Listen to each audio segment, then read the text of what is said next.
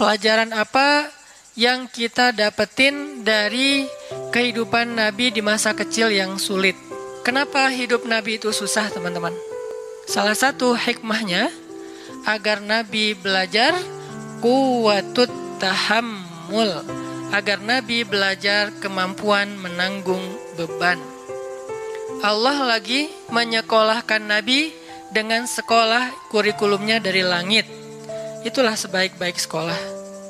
Ada sekolah formal yang bikin kurikulumnya ulama.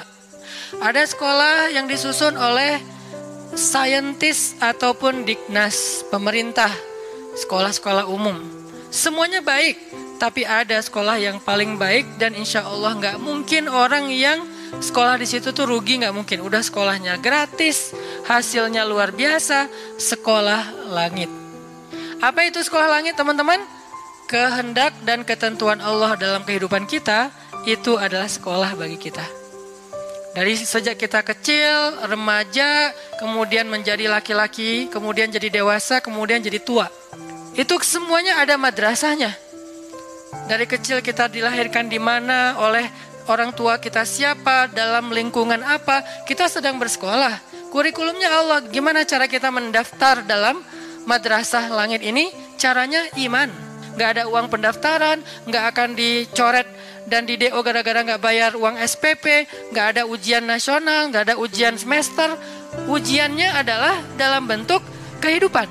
Dan itulah madrasah kita. Sehingga dalam madrasah itu Allah bukan mau ngasih kita ijazah bertuliskan nilai, angka, tapi Allah mau ngasih kita ijazah dalam bentuk sifat, dalam bentuk kematangan diri, dalam bentuk pemikiran yang dahsyat, yang jenius, yang brilian, yang lurus, yang kritis.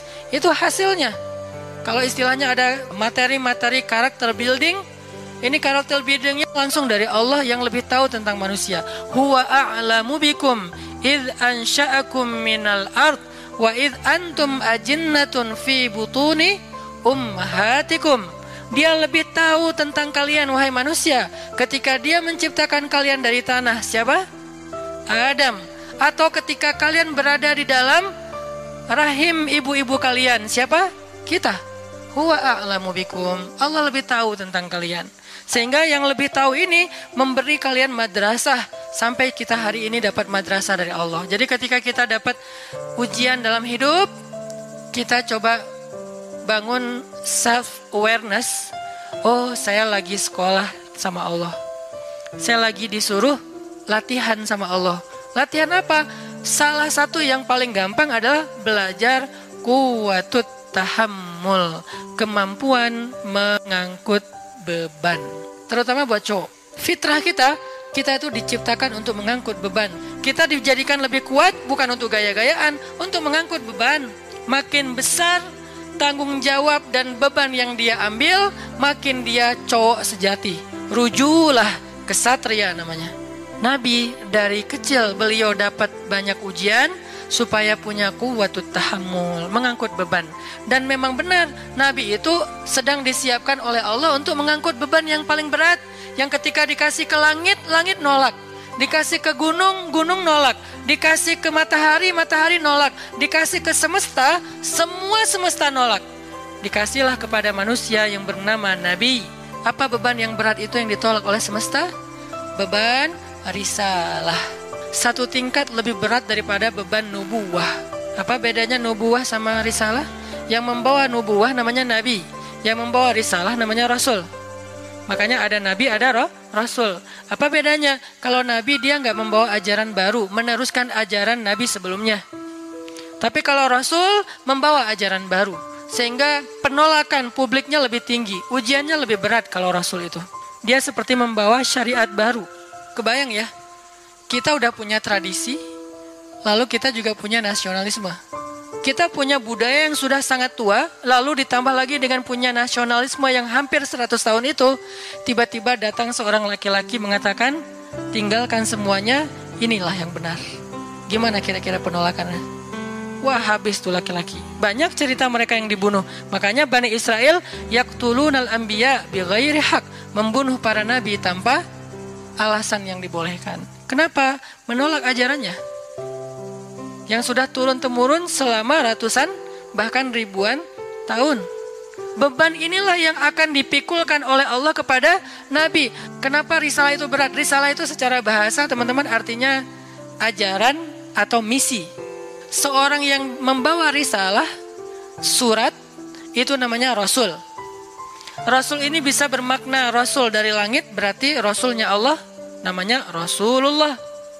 Bisa juga Rasulnya bumi, Rasul para raja, utusan para raja yang diutus ke raja yang lain, membawa surat dari raja ini, bisa surat rahasia, bisa surat tentang perang, bisa surat tentang damai segala macam.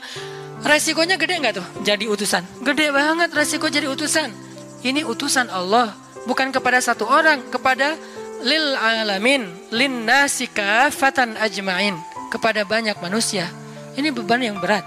Malaikat aja nggak sanggup memikul beban risalah. Pohon, laut, dan segala macam makhluk-makhluk Allah, semuanya hands up, nggak mau. Ya Allah, saya nggak kuat. Kami kasih ke langit, langit nggak berani. Kami kasih ke bumi dan gunung, gunung-gunung yang gagah, yang kuat itu nggak berani. Kami kasih kepada manusia, mereka mengambilnya. Siapa manusia di sini?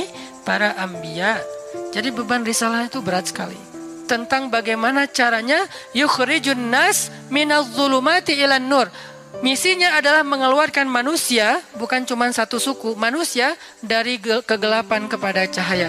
Dan yang paling berat risalahnya, risalah Rasulullah SAW, karena dakwah beliau bukan kepada satu bangsa, tetapi kepada manusia semuanya, bukan satu zaman, tapi sampai hari kiamat. Itu kenapa Nabi Muhammad itu dari kecil itu susah hidupnya, karena mau menanggung sebuah beban berat, namanya beban risalah. Lalu kepada siapa risalah atau beban ini Nabi wariskan? Karena kan berlaku terus sampai akhir zaman ya, nggak terputus dengan Nabi wafat. Terus estafet, kepada siapa Nabi mewariskan tongkat atau beban risalah ini? Al-ulama warasatul anbiya. Para ulama adalah pewarisnya para nabi. Para nabi tidak mewariskan harta dinar dan dirham.